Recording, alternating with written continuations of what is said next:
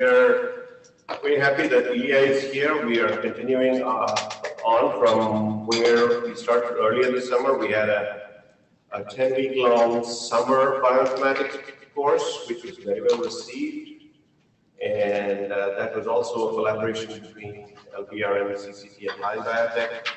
We had the summer course sponsored, the seats were sponsored by the LBRN, about 25 seats at that time, and another 20 seats by CCT.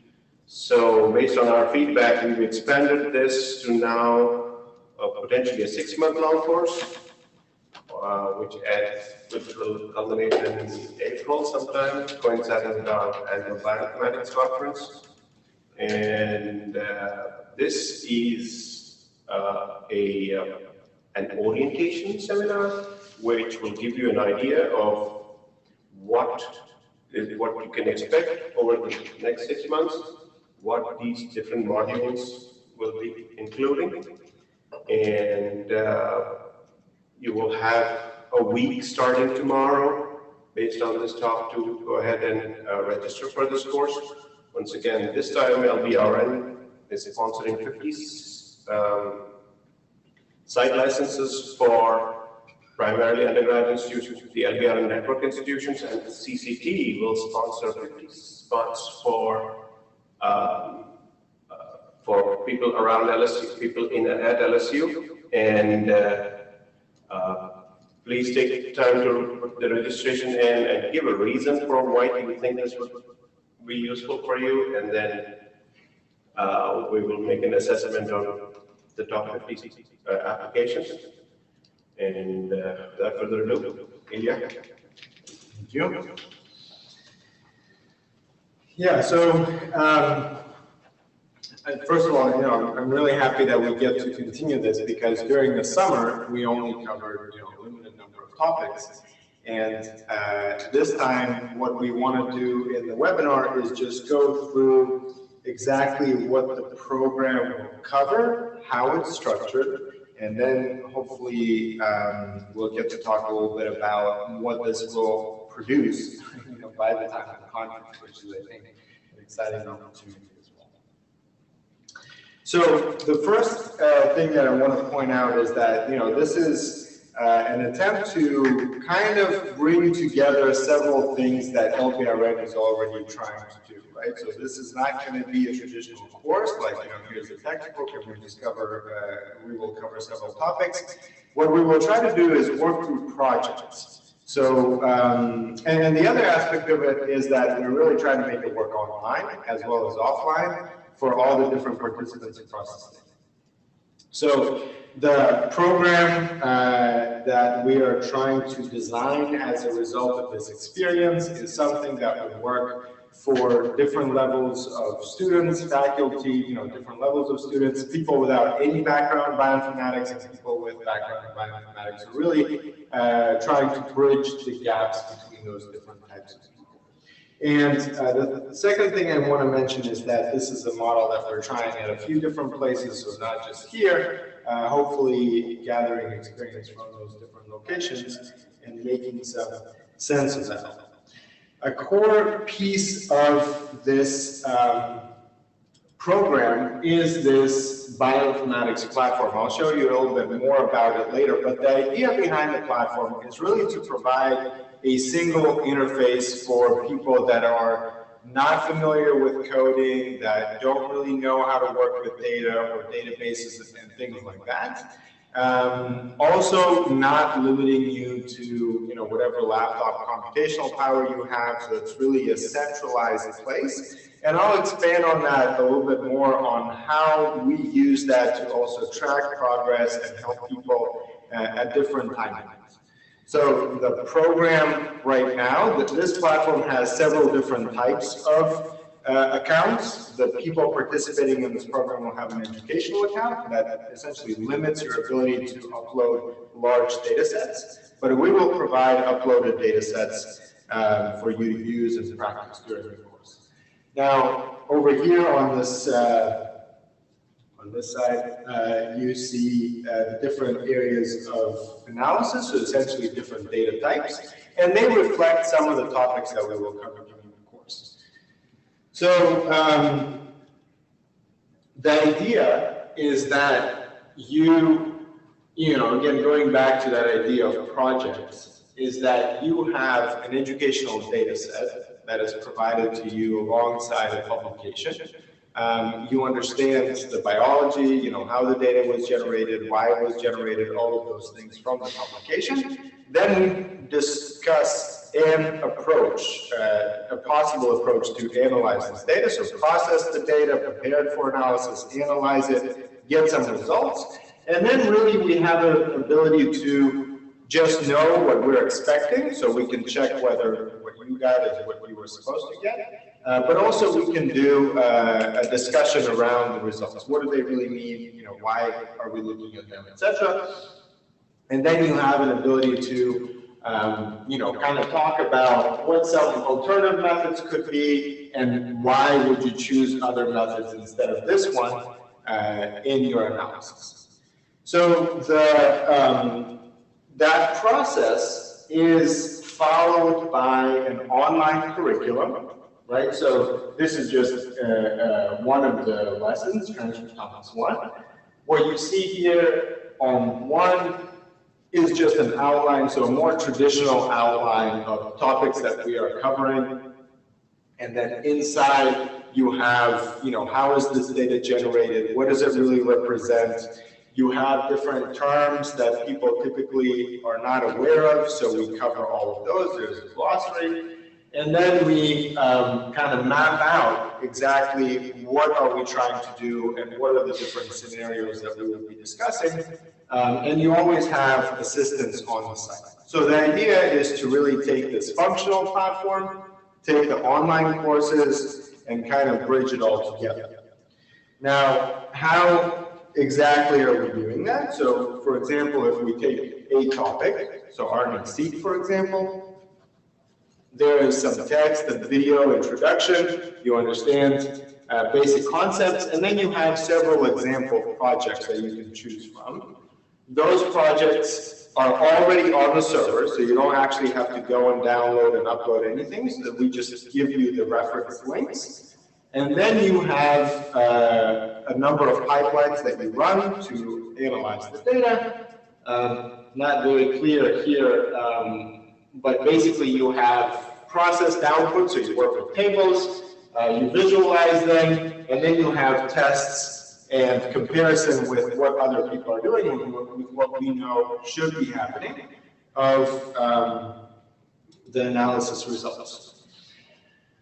These are, again, different types of projects from publications that have either a specific data type, or some of them actually have multiple data types in a single project. So here are some examples of data sets that we will be using during the program. One of them right there is a publication. We started talking about it in the summer course.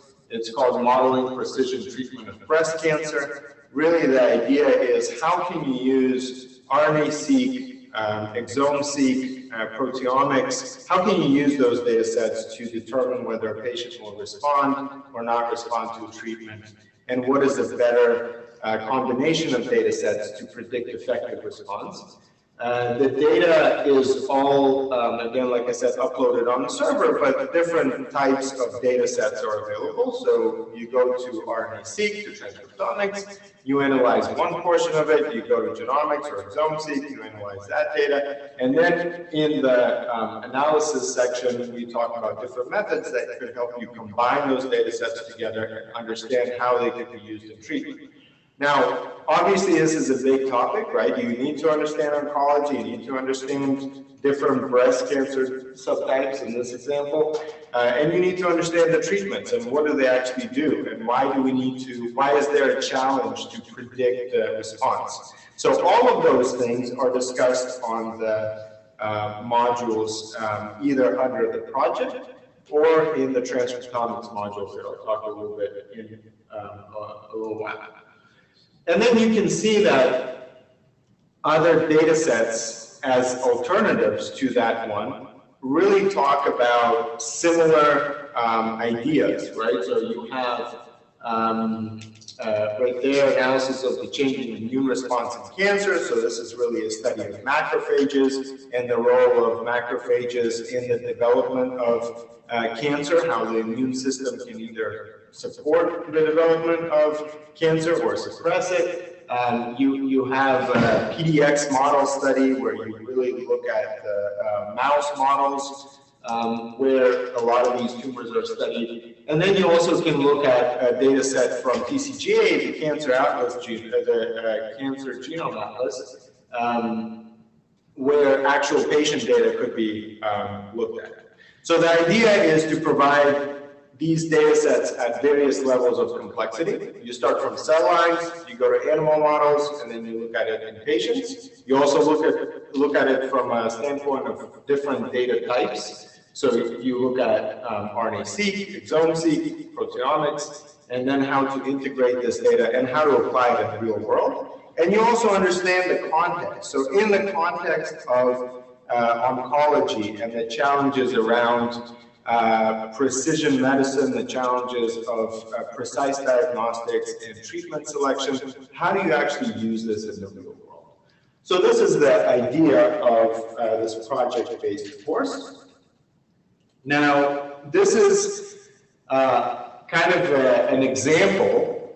This is a lot like what we did during the summer, but now expand this to a number of different topics. So just let's take one of the topics as an example, transcriptomics.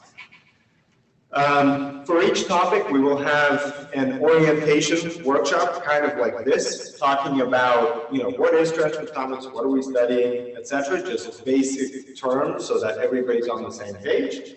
Then you have several weeks to go through the online courses, and all of that culminates in a workshop that is a hands-on workshop where we actually take data sets, we analyze the data sets, we compare results, and we talk about the challenges that arise.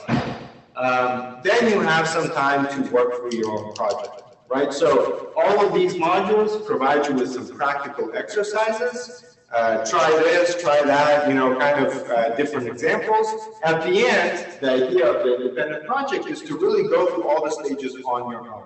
How do you do them? How do you plan your analysis? Why do you make a decision here like that in the context of this project? And why in the context of another project your decision should change, right? So we hope that this format allows you to learn some basic terms, and then try to not be limited by a template. Just because I know differential gene expression, I don't just apply it in every single problem that comes up. And how do I try to generalize those concepts and start thinking creatively with the methods that I'm familiar with? And then after the end of that independent project, we have a workshop. Again, in some cases, we will invite guest speakers that are experts in that specific domain. For example, in the Metagenomics course, Chris Taylor from LSU Health Sciences will be joining and talking about his research and the things that he does. And so we hope that this also provides you with an opportunity to evaluate. Before this, let's say I didn't know a lot about metagenomics. I went through the course, and now when I hear an expert talk about this data, I can really understand and appreciate the types of things that he talks about and the type of research that he does. So now the idea is to do several things in parallel, right? So we understand that some of you maybe participated in the summer workshops. Some of you didn't. We will try to give a few options. So like Ramesh said, it will be around a 6 months course. During that time, we will cover a number of topics, but they will kind of overlap. So you'll be able to choose, I want to work on this project or on that project. And if you already completed the coursework, you can actually just take the projects themselves. Also, through the independent projects, we typically work with those groups. Instead of doing a whole group of 100 people, we'll do smaller groups and discuss specific challenges within that project group related to that data set. So what are the topics that we will actually cover? I hope that the text is clear here, but I'll go one by one what these topics are. So again, like I said, this is the areas of analysis of the platform, but it's also a good way to view what are the topics that we'll cover. So the top over there is transcriptomics, RNA-seq and RNA-seq2. Basically, it's the same idea, just some alignment methods have been added that are not that are database related. Underneath, you have RNA editing. So the idea that you have gene expression and isoform expression, that would be under transcriptomics. Then you have several events that happen, afterwards, after the transcription, and so that would fall under RNA editing. We also will talk about single-cell transcriptomics. So we'll try and use a data set on single-cell gene expression and isoform expression. Then over here you have ChIP-seq. So it's the chromatin immunoprecipitation data. Really, how does the DNA, how is it folded, and how does that affect the transcription of genes and isoforms? We will talk a little bit about bisulfite-seq, but not a lot. Primarily, we'll focus on ChIP-seq. And then we will also have a whole course on genomics. So right here, these two are mutation variants. So your SNPs and somatic mutations is what we will focus on. But also copy number variations. So CNV. Copy number variation, multiclonality. So how does the same gene, if it's encoded a number of times in different places in the DNA, how do you analyze that and what do you do with that data? We'll also talk about microRNA and long non-coding RNAs. So RNAs that are actually not genes or isoforms that don't make proteins. And we'll have a whole course on metagenomics, or the microbiome. Now, if you know Chris Taylor and the course that he published, it will be kind of based on the same topics, but it will be a lot more practical, and you don't have to do any coding to actually do the practical exercises. And we will expand a little bit to metagenomics itself, so not just the 16S, but also expression of these different elements.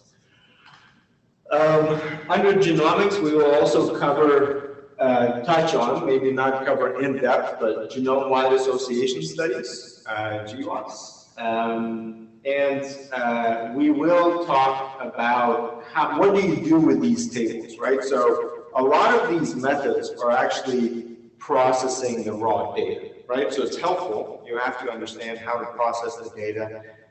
But then you have to also know what to do with this data, right? You have these huge tables, somebody generated for you. What do you do with them? How do you get to a result that is interpretable? So we have over here a number of data mining tools. They will be methods like dimensionality reduction, PCA, TSME, things that help you really visualize data as you process it. And also it will be things like clustering and network analysis, things like that. Also on the supervised analysis, we will talk about classification. How do you take this data, and if you can annotate it, how do you use that to classify new data that comes in? So really, an introduction to machine learning. You'll learn some concepts that are kind of standardly used for these types of data sets. And also, what are the limitations of these methods? And how do you verify that the method produces something that you can annotate, and to look at it from the biology side of things and understand whether it has relevance or need. So a little bit more in detail, I want to stress the point that on one hand, this is intended for people that don't want to learn Linux and how to install new things on your laptop and really skip that whole part and try and work with this interface that allows you to quickly compare multiple different methods. So just to explain what I mean by that. In every case, so right, there's probably thousands of methods out there. And all of these methods have a little bit of a variation of the same idea, right? So for example, you can do alignment in many different ways, or you can do differential gene expression in different ways, or you can annotate in different ways, right? So how do you know which method to select? So two things about that. First of all, like I said in the beginning, we will be providing with some standard tools, right? So like you have a FASTView file, do this. And then once you do that and you see that for this project it worked well, but for this project it didn't do well, why is that, right? So then the question becomes, what alternative methods do I have, and how can I logically substitute one method with another, and how can I compare and evaluate the outcome? So that's what this tool is really built for. You can see that everything is organized into sections. So mapping on genome has a number of alternative mapping on junctions. You have things that do both things. So they're really trying to develop a logic of why these tools are placed in the same category. And every time you select a method, it also gives you that explanation. So you can go back to the paper if you're motivated. You can read through the analysis approach and really try and understand why or why not. And also, you'll notice that there are multiple ways to connect the things together. Not everything is possible. And so that is where we try to eliminate those typical mistakes when people are trying to force two things to work together that are just not going to work together. And so it hopefully cleans up some of those things. But except for transcriptomics, here are a couple of examples for genomics. So you have mutation variant on this side and copy number variation on this side. Again, the same idea, you have to map your file, but then you have a million ways to call the actual systems, right? So which one do you use? Maybe you can select a bunch, just like right there. You have 3 different methods to call variants, and then you create a VCF file. And in the VCF file, you will get the statistics for the mutations that were identified, and you can also compare the results. The same thing for copy number variation. So this is genomics.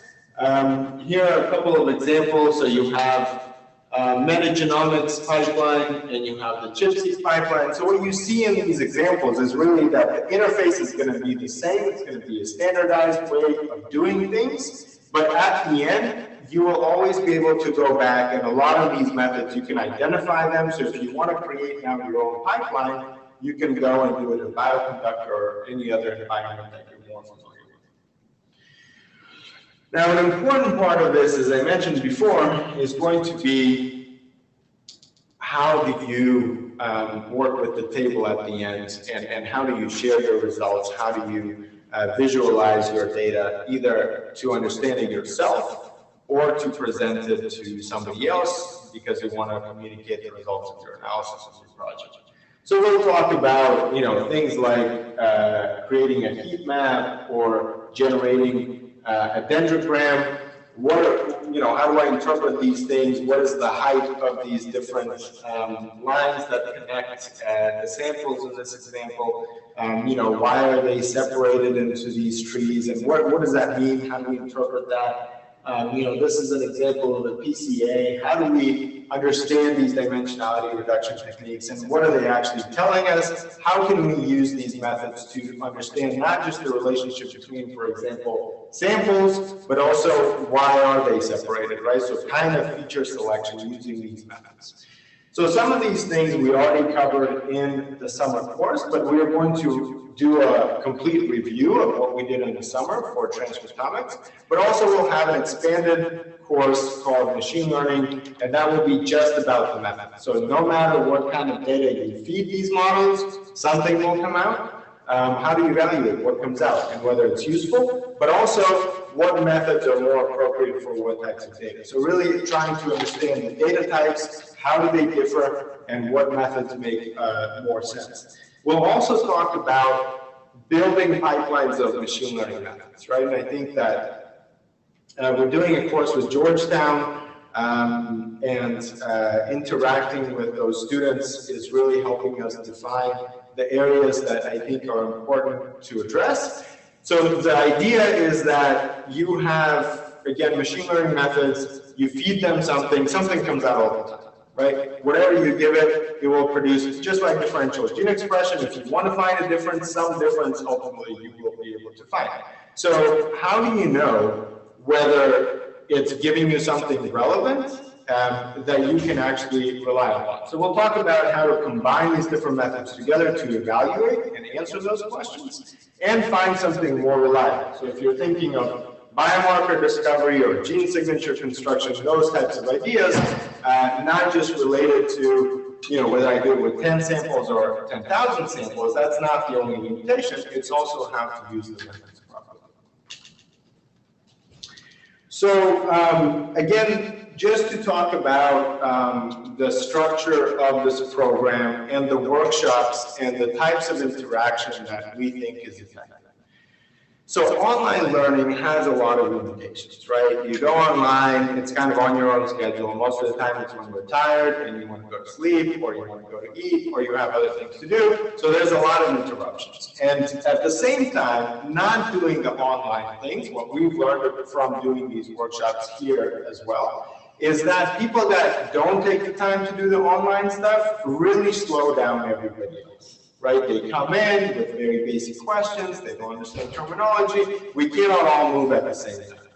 So two things about that. One, we did surveys, 80% of the people think that even if the courses online are more difficult to get through, without them, the workshops have a much less value. On the other hand, we understand that not everybody moves at the same pace and not everybody's at the same level. So what we did is we organized different level workshops and meetings at different locations. You see at Pennington and Tulane, here at the CCT, to really try and work with groups that are a little bit at the same level. And also online, right? So not just limited on location, but because I know that LBRN institutions are spread out across the state, we are not limited to just doing the meetings here, and also we can do those online. And these are just some examples of what we did. Another point that we wanted to stress is that bringing together information about how people interact with the data and with the lessons is really helping us adjust the pace and address specific challenges that people face as they go through the projects. So just so that it's clear to everybody, this is the back end. Everybody's activity is being analyzed, and we use it to address any challenges, but also to help individuals that want to eventually do some actual research, right? So things go wrong, why do they go wrong?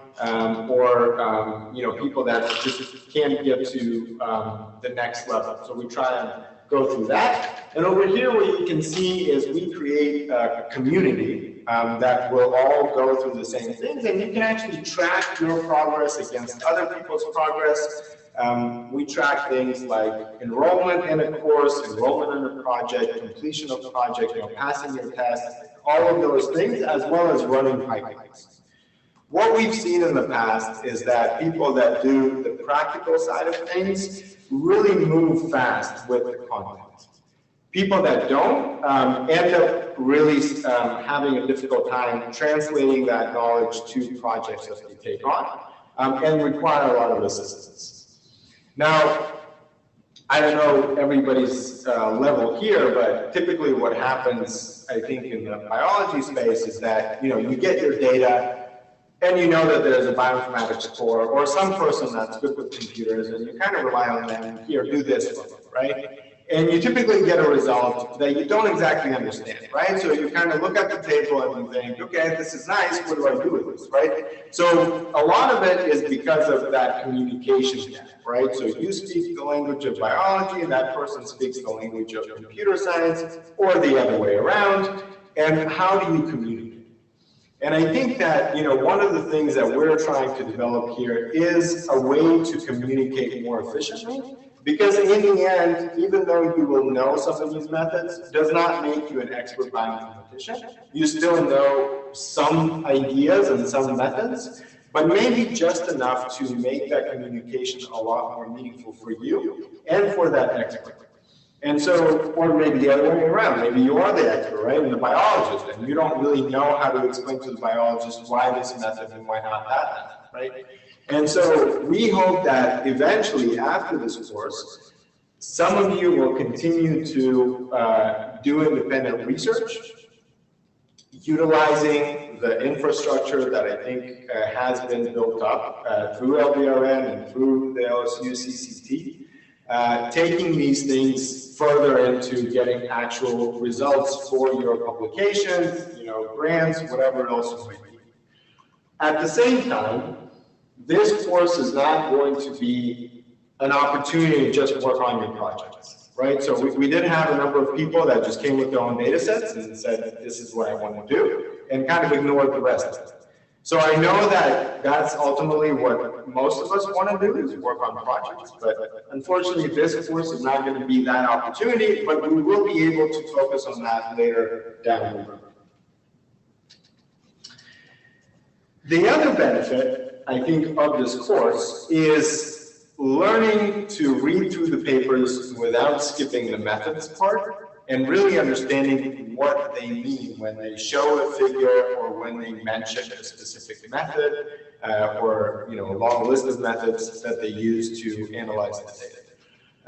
What we did with pre and post assessments is we basically took those same project publications that we will be using as examples, extracted from there both the conceptual side of things, so why were they doing this research and what did they achieve with this research, and the technical side, what methods did they use, why, what were the considerations around data standardization, normalization, etc. So all of those concepts, and just measure the results from the people that we surveyed, hoping that at the end of the day, you going through the courses and working through the data sets, you are able to understand what a figure like that means and why it's significant and how to interpret and evaluate it.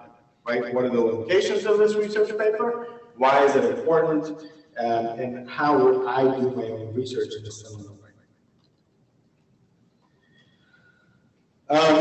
What's exciting about this course specifically for me is that a year ago,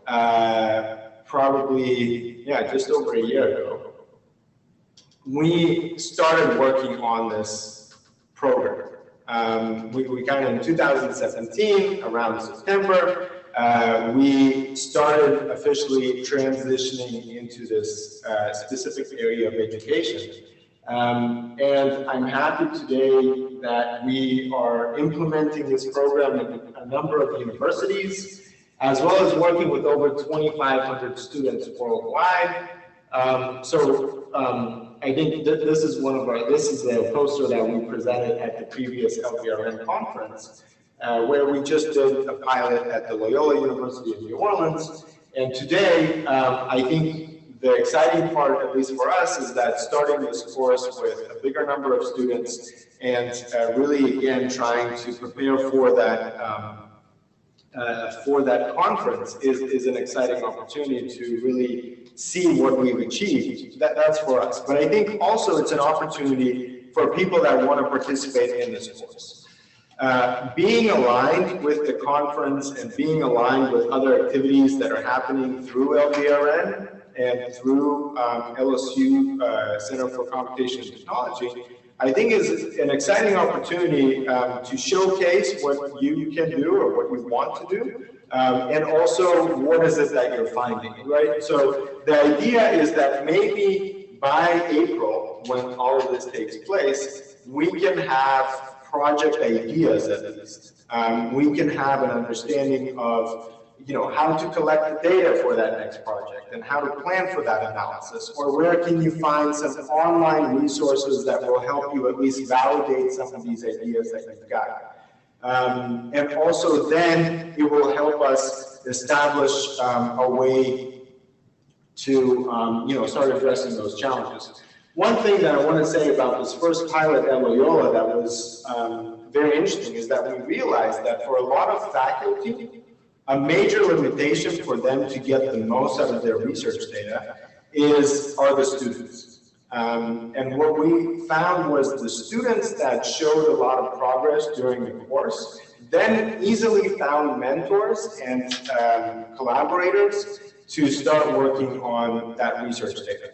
So if you're faculty, bring your students here. Once they know what to do, you'll be able to help them use those skills on your research data. If you're a student, you want to do a summer course with a mentor and actually, put your name in a publication, that's the opportunity to do it. You go back and you tell them, this is the project that I did. This is how you can get involved in that kind of thing.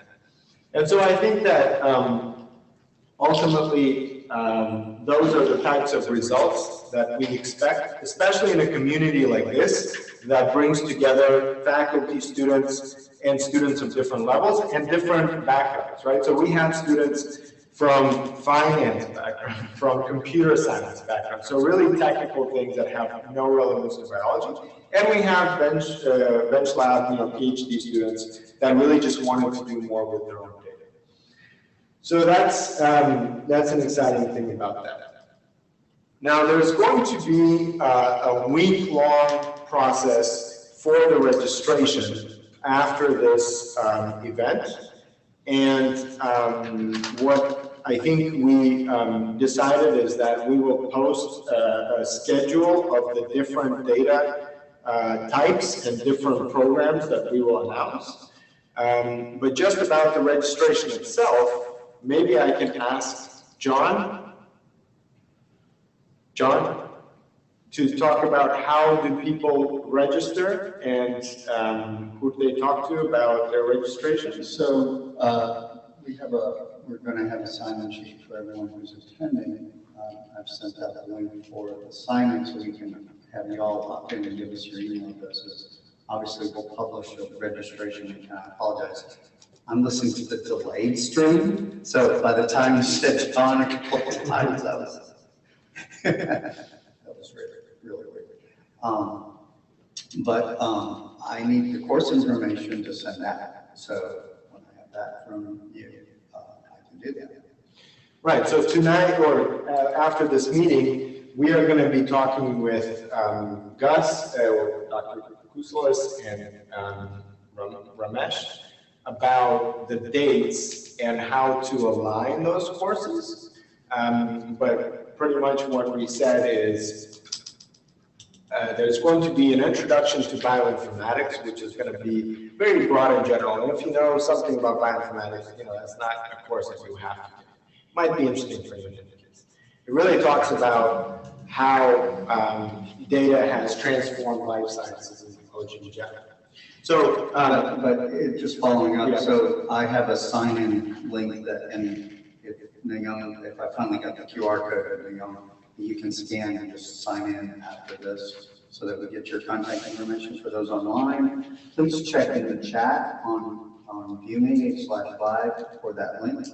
But obviously we'll be emailing that sign-in opt-in link out so we can get your information so we can know who to send that. Do you want to say a few things about registration before I transition to the other part? Yes. I'm sorry, I just stepped out for a moment because I thought somebody called about this and was not able to connect. So I'm sure Elia and John have identified that registration which begins tomorrow. Another thing is all these talks are also recorded for you, for those of you who are yeah, we hope to have that available by tomorrow or the next day. Yes, and so when people sign up, please make sure you write a little note about why you want to participate. That will help us assess. And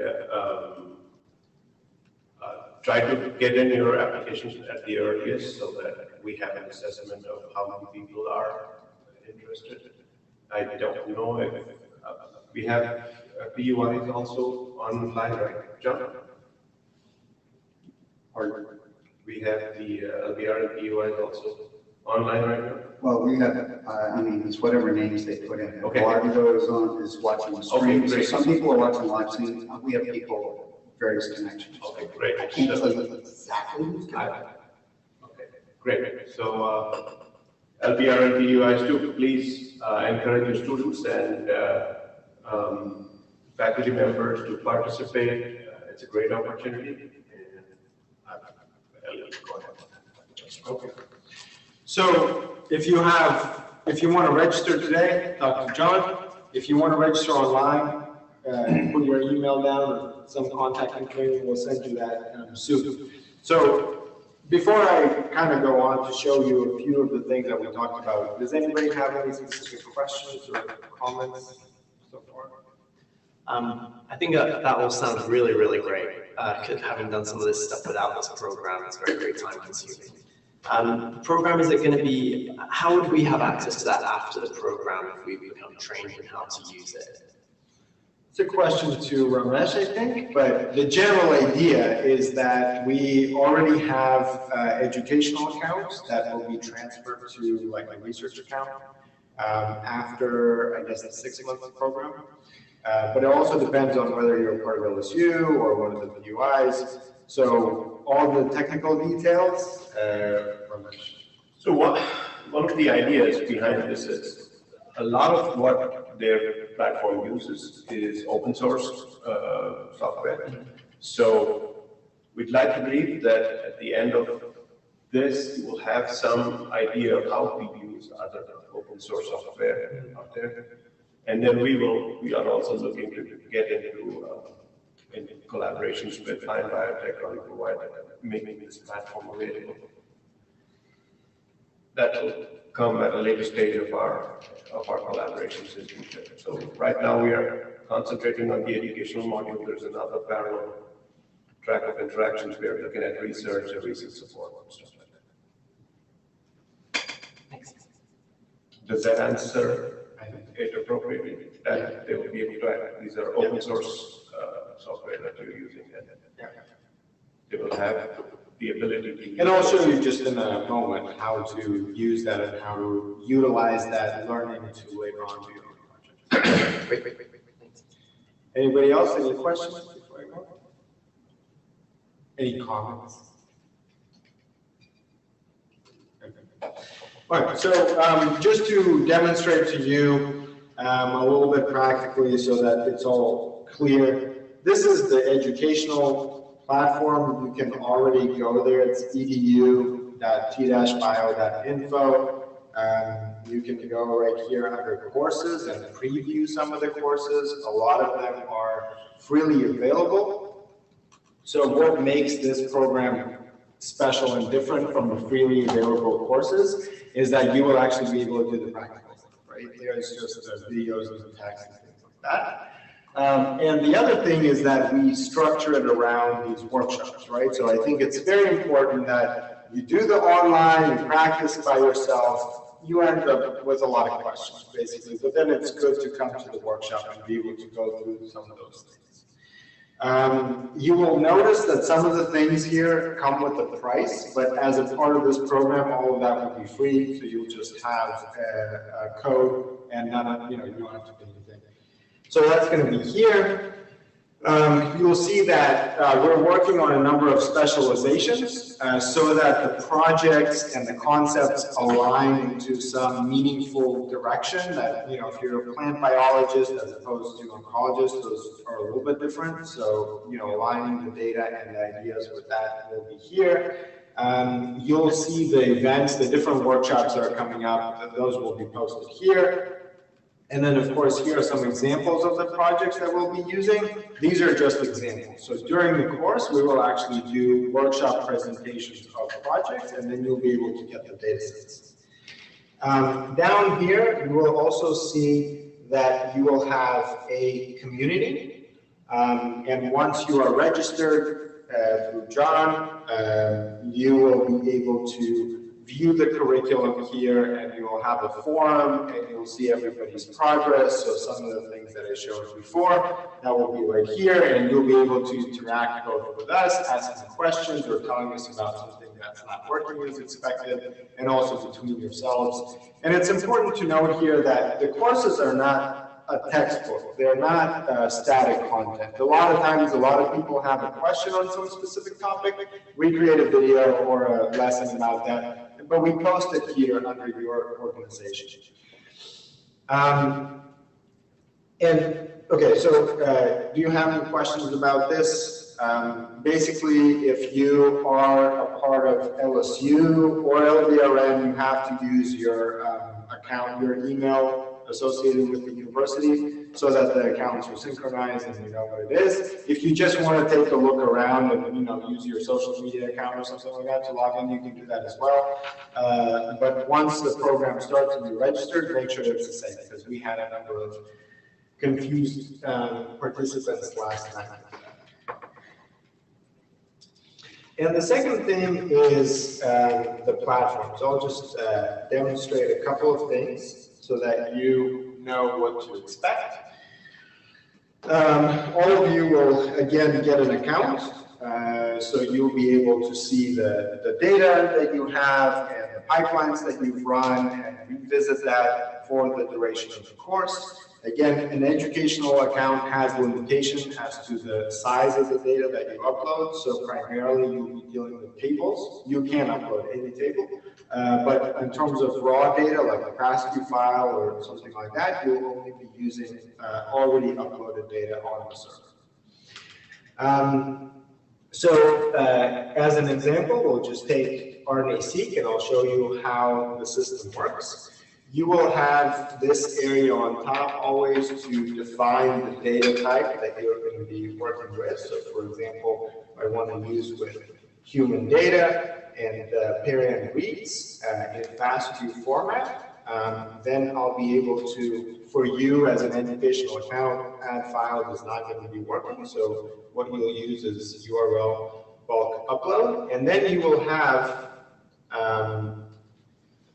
these SVL files, which are really links to a path on the server where the files are stored. So what you'll see is, in reality, all of these FASTQ files are already uploaded there. And now I can, if I want to do differential gene expression, I can drag them in groups. I'm not going to do that right now. And now you can start building your pipeline. So to build your pipeline, of course, you need to start with pressing start. And here you can read a little bit about RNA-seq. But then you see that some buttons are darker, some are lighter. So the darker ones are the ones that you can select. They will actually work in your pipeline and for the data that you uploaded. And so, if I'm doing RNA-seq, I'm probably going to want to clean up the raw data and remove some of the adapters, remove the... So those, if you go back one step, you see those darker boxes and the lighter boxes? Yeah. So is that determined by what you have uploaded by the software? So that would happen even if you are at a later stage when you're using the platform for your own data. Then the software will analyze your data and accordingly make whatever suggestions based on these data boxes. Okay. Yeah, and you will see that every step of the way it changes. Mm-hmm. So it knows the data and it knows what output will come from what you've already selected, so you won't be able to make the most obvious mistakes. Yeah, so for example, if I want to pre-process my data, and here, I use Trimmomatic. If I want to use Trimmomatic in my later research, and I saw that was effective, you can go down here, and most likely you can download that. I mean, not most likely you can. Then I would want to clean up my PCR, and now that I've done that, for example, I would want to just map this on transcripts. So once I select bowtie 2T, you can see that my options are very different, right? So I'm not going to go back and do simulations, for example, or go back to top hat. That doesn't make any sense. And then I'd be able to quantify my expression in a specific number format. And we'll talk about all of those things in the course, but you can also see that all of these are organized into sections, and you can read about the section and exactly what the section does, so that conceptually you understand why one thing goes after the other and what exactly are we trying to do. And after you're done, you can click on Save. I will name this. And then I can run the pipeline. So once I run the pipeline, I can go to My Pipelines, and you can see that this one is prepared. So I can always go back and see exactly what my selection was, and also what my input files were. So if I go back to another example here, I can click on Uploaded Data, and I can see what I uploaded in this pipeline and what was I trying to do. You can also see what was kind of the setup right here, right? So you won't see it for those that are just prepared, just for the ones that are already completed. And then I will get a PDF report that tells you how long the jobs took and what exactly they did, and some figures if those are available, and you can go directly to the downloaded or to the download section to download the results. Now, another question that a lot of time comes up is, how do I use this if I, for example, know how to code in R, or you know, if I'm a little bit more of a coder, don't just want to look at the files myself.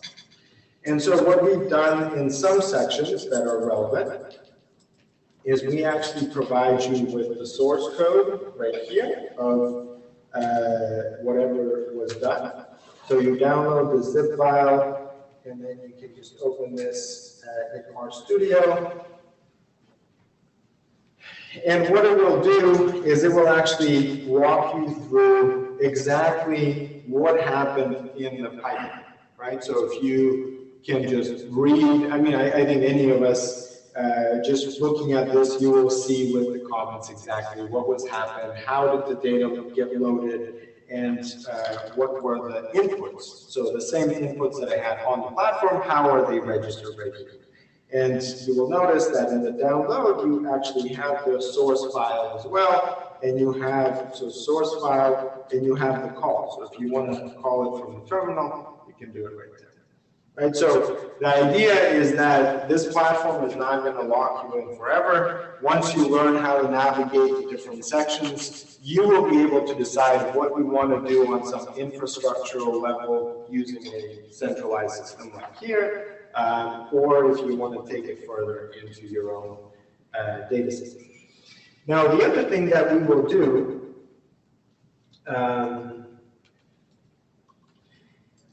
is we will talk about, so for those of you that do not want to mess with R or anything like that, we will utilize Excel a lot, and we will try and use Excel's functionality like t-test or summary statistics and basic things that you can do in Excel to really understand how can we just rely on the platform and tools that most of you will likely have to really be effective with the data, right? So we'll do things like filtering, we'll do things like, you know, evaluating different statistical measurements on your data set, and we'll talk about visualization, how to create basic visualizations in Excel, and how to prepare them for something like a publication. So that will be another part of some of these lessons.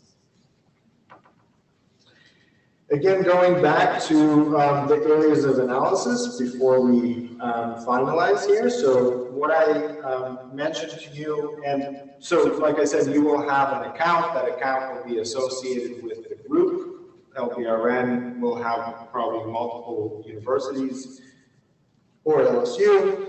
And then for at least 6 months, the duration of this course, you'll be able to use this primarily on tables and small data sets. The sections, again, that we will cover, and we'll send out the actual schedule and we'll post it on the website, right? Something like this week, yes, today or tomorrow. But you will have, in parallel, Introduction to Bioinformatics and RNA-seq. We will have RNA editing and epigenetics, again in parallel. And then we'll have metagenomics and genomics. And so those are going to be the core courses, as well as the separate course on machine learning. So the separate course on machine learning will be available because the methods will be utilized throughout these different sections. It will be available for the whole time, and we'll just refer to it during the different sessions that we have. So just a review. So like I said, RNA-seq, we will do RNA editing, we will do a little bit of bisulfite methylation, but primarily ChIP-seq. And then we will do mutation variant, which is under genomics, as well as copy number variation and genome-wide association. We will touch on that as well during the genomics course. And then we will look at microRNAs and metagenomics. So those will be the courses under next generation sequencing, and then how to analyze that data later on. We will have some supervised methods like classification, unsupervised methods like clustering and dimensionality reduction. And you will also see under utilities that we have different things like normalization, visualization, gene set enrichment analysis. So just useful scripts that could be used during the process. It's important to say that for those of you that actually program or have experience with programming or specific scripts that you think are a must-have for a specific purpose or a section, this system allows you to incorporate those scripts and make them as one of the buttons, very easy.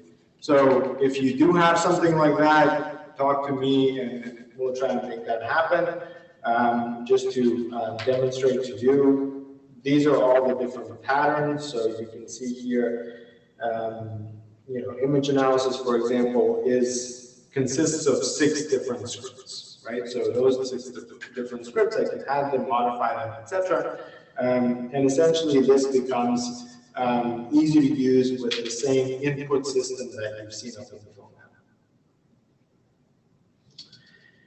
So I think that's it on my part. We have covered the topics or the data types that we will do. We covered how those will be delivered. Again, it will be an online and offline with workshops as kind of the connecting point. And it will be focused on projects. So our hope is that as you go through the projects, you'll come up with your own ideas for projects. And then the next phase, we'll be trying to put together students and people that you could work with or you could work by yourself and eventually do some great research. So that's it for me. If you have any questions or comments. So you saw the penultimate slide that Elias showed, which had a listing of the courses, some of them going on simultaneously. We'll have that available on alongside our registration link. And go through it. We'll also have a link for the talk, perhaps if you want to refer back to it for some of the details. And then the registration link officially goes live tomorrow. So if you have any questions, feel free to contact Elia. Elia's email ID is there, me, and shoot us your questions, and we'll try to answer them as best we can. I will understand today. So, especially here, some participants actually from the researching about the plants. So, as your sample data is animals. So, do you think it's taking to some of the kind of Plant, yeah, we do have examples of plants. So we have a project on potatoes and Arabidopsis. So some examples that will be somewhat relevant, obviously not maybe exactly what you do.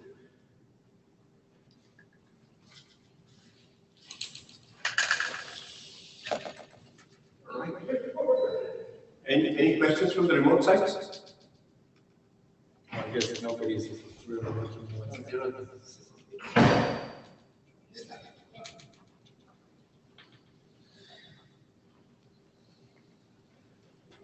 All right, I see something happening there, I don't know why. But if there are no questions, then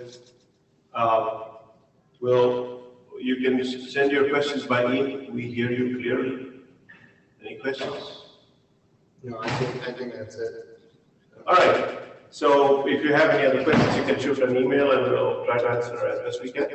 Thank you all for attending. Thanks, Alim.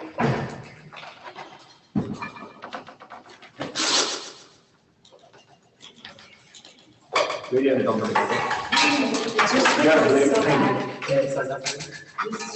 so uncomfortable and I think that sounds